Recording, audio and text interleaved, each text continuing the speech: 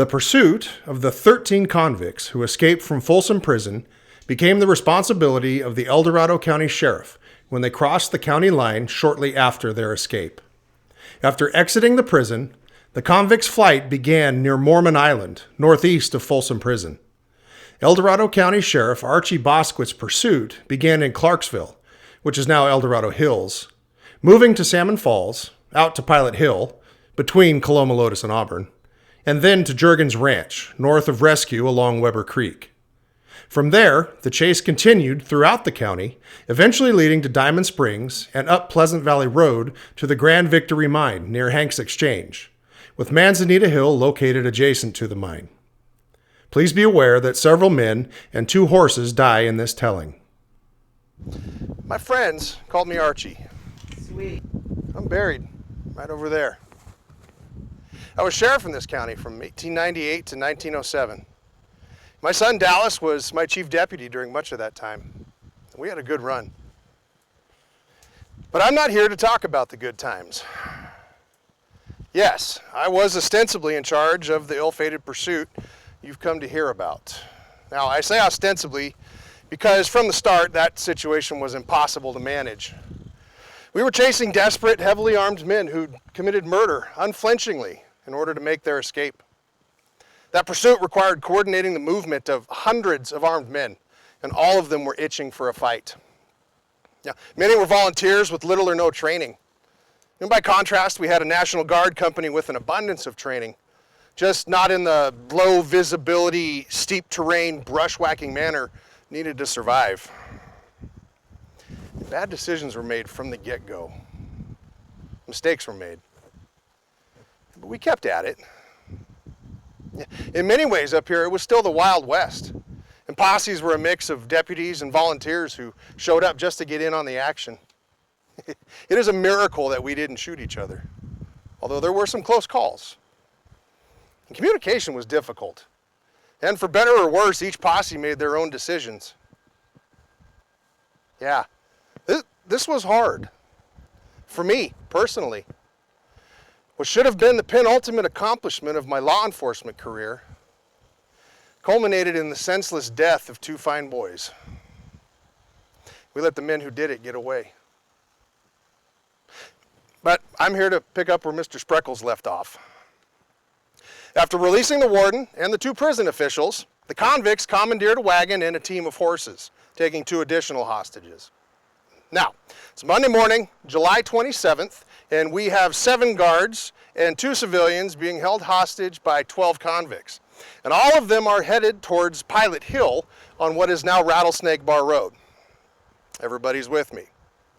Well, all right then. The convicts arrived in Pilot Hill about mid-afternoon and immediately took over Deal's place. It's a local inn offering food and basic provisions.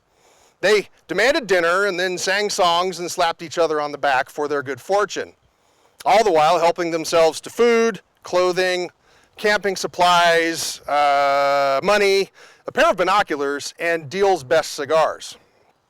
Now, around that same time, posses from Placer County and Folsom arrived in Pilot Hill. They stopped at the home of J.M. Nance for advice. Now, Nance's wife bravely volunteered to enter Deal's and determine where the convicts were headed next. She returned and told the posses to set their ambush south of the store. I gotta tell you, that woman had sand. Well, about 5:30, the convicts loaded the wagon with supplies and hostages and departed Deal's, headed south towards Lotus, directly into that ambush. The posses opened fire from both sides of the road. The convicts grabbed the hostages as shields and returned fire from the wagon. The posses responded by shooting the horses, thereby immobilizing the wagon. And about 100 rounds were fired, and the only fatality, besides the poor horses, was convict Allison, who was gut shot. Suffering, he begged his friends to kill him, and when they refused, he put the gun to his temple and did it himself. The 2 hostages escaped during the gunfire, leaving behind 5 guards and 2 civilians with now 11 convicts. Now, anticipating pursuit, they frantically pushed up and down the steep ravines of the American River, between Pilot Hill and the American River, before stopping exhausted at about 9 p.m. At that point, they released the hostages, who stumbled into Pilot Hill the next morning and told their stories to the first of many reporters on scene. Around that same time, the convicts split into two groups, and 6 of them headed west. Now that group would further split and redirect over the coming days and weeks. But we will stick with the 5 who would seek refuge 5 days later on Manzanita Hill. Because the operation was in my county, I had an immediate decision to make. Do I pursue now, or do I wait and regroup? And I chose to regroup. You see, you couldn't take horses into that steep terrain, so we'd be on foot. The posses and other armed men were streaming in, and we needed to get organized. And I'd heard that Company H of the Placerville National Guard would soon arrive from Folsom. That's right. The Placerville National Guard was put on a train to Folsom that morning and then dispatched to Pilot Hill. In the meantime, we devised a plan to split up and surround the convicts. And when Company H arrived late Monday night, we scoured the area between Pilot Hill and the South Fork, but we came up empty. You know, for the next 3 days, we chased down reports from 3 counties. People were genuinely frightened. We'd post men along the roads and at each small settlement and dispatch posses to investigate each potential sighting. They'd charge off into the backcountry, and you might not see or hear from them for a full day or more. Needless to say, coordinating all of this while leading my own posse was challenging. With a number of sheriffs under my command from other counties, and each of them with a fiercely loyal posse of their own, the last thing any of them wanted to do was take direction from me. And then there was the National Guard. It was July, and they marched around in their new uniforms, blowing their damned bugles. They were typically on foot, and we were typically on horseback or in wagons. That created some tension. Early newspaper reports of the pursuit were filled with reported sightings, geographic inaccuracies, and optimistic predictions of imminent gunfights. But by Thursday, the reporters had shifted their perspective to the hot and tired men returning from patrol.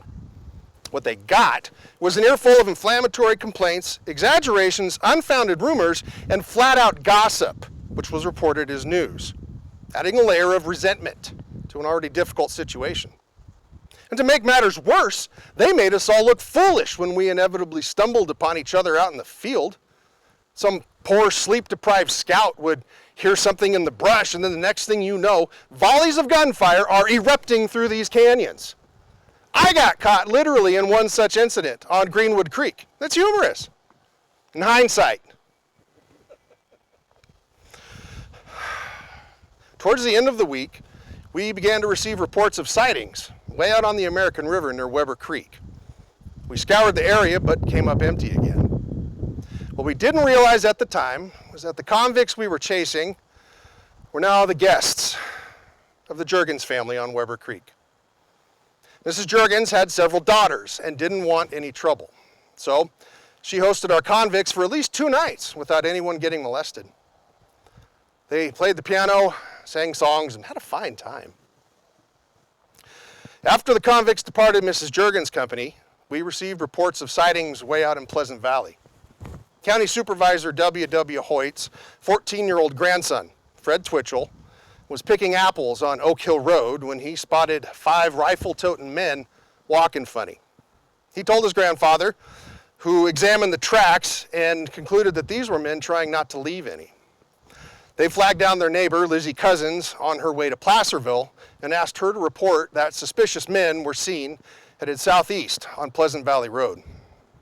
Hearing her report, I called Captain Swissler of Company H and asked if any of the returning guardsmen who were straggling back into town would be willing to regroup as a posse and dispatch to Pleasant Valley.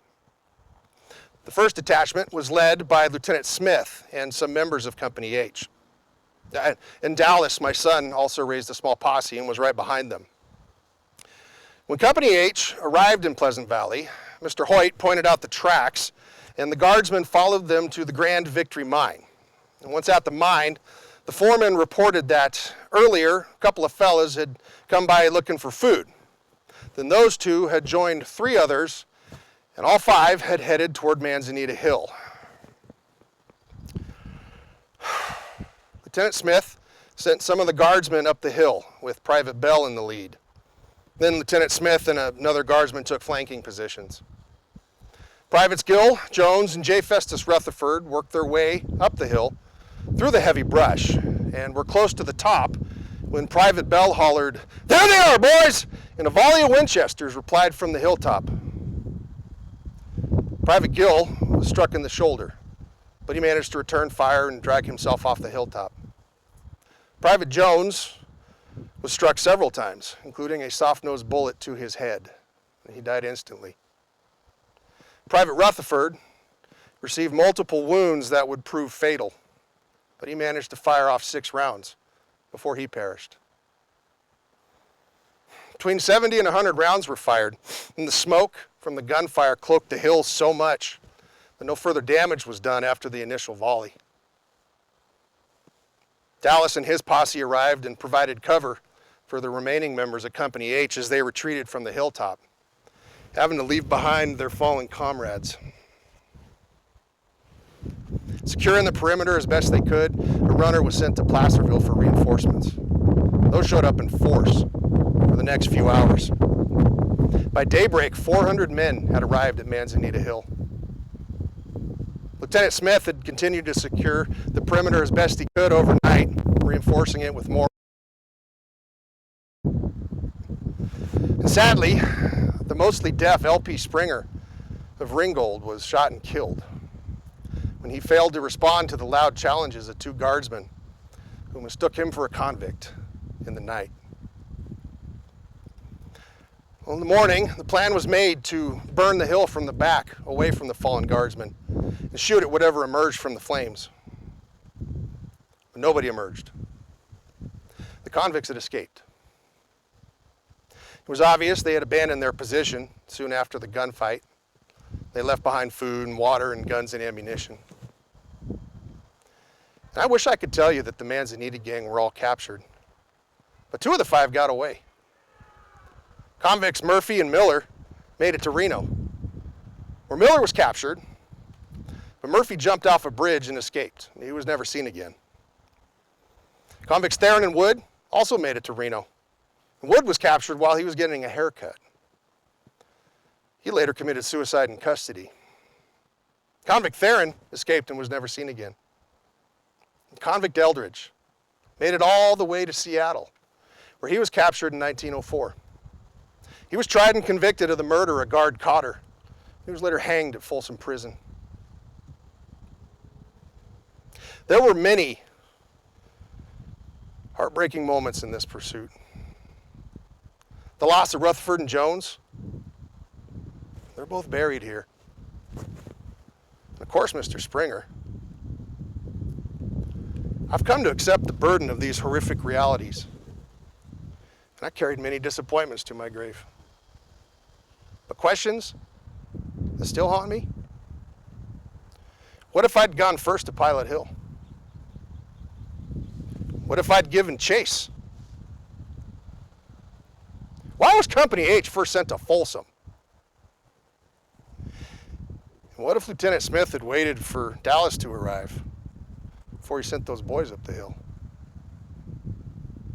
Well, folks, now you know the story of the Manzanita Hill shootout.